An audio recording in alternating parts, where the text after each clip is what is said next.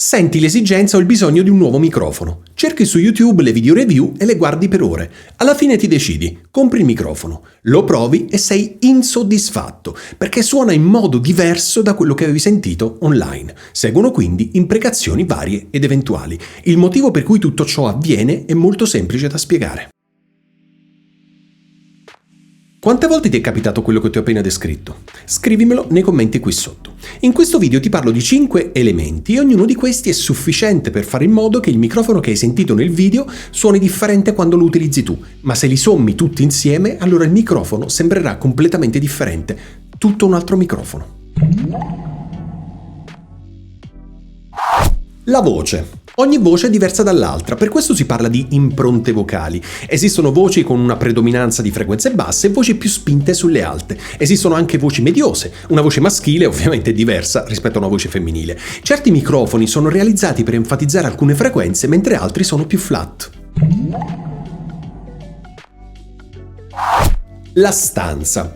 Ogni ambiente è differente da un altro. Esistono stanze trattate acusticamente e stanze non trattate. E anche qui dipende molto dal materiale utilizzato per il trattamento acustico e anche dalla grandezza della stanza. Dipende anche dalla presenza o meno di tappeti, lampadari, librerie, finestre, divani, eccetera.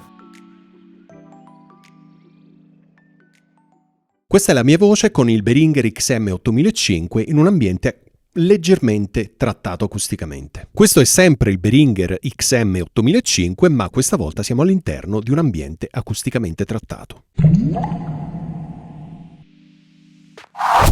La scheda audio. Alcune schede audio hanno dei preamplificatori che non colorano il suono e che sono super silenziose, altre schede no.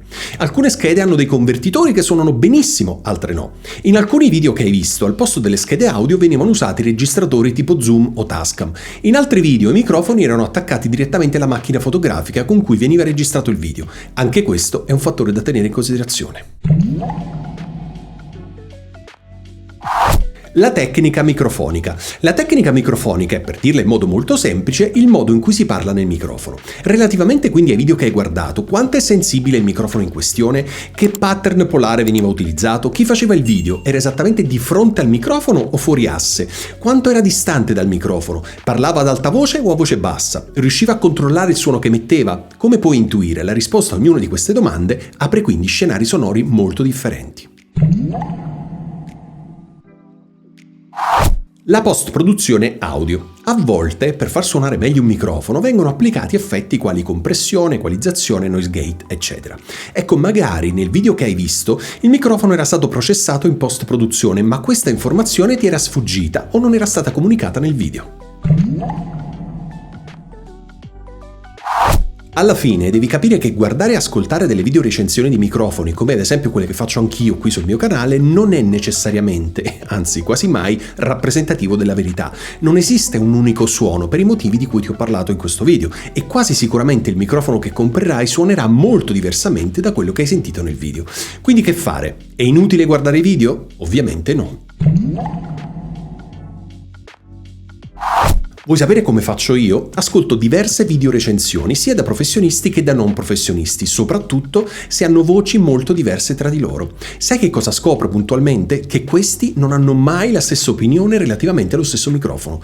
Ma questo è assolutamente normale perché ognuno di loro ha una voce differente, ascolta il suono del microfono nel proprio ambiente, utilizza una determinata scheda audio ed ha una diversa tecnica microfonica.